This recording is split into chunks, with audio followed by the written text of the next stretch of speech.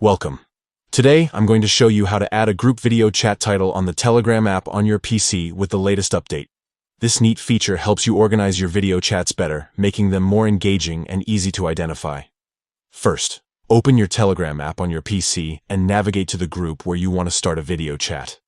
Once you're inside the group conversation, look for the call icon. It's usually the middle icon at the top. Click on that to get started. Next, from the options presented, choose Start Video Chat. Telegram will then ask you to select your account for the video chat. Go ahead and choose your account and click Continue to proceed.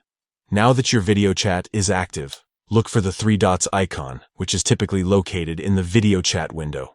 Click on those three dots for more options. From the drop-down menu, select Edit Video Chat Title. This is where you can add a custom title to your group video chat. Type the title you want for your video chat. Something descriptive or fun to let members know what the discussion is about. After you've entered the title, simply click Save to confirm your changes. And just like that, you've added a title to your group video chat on Telegram using your PC.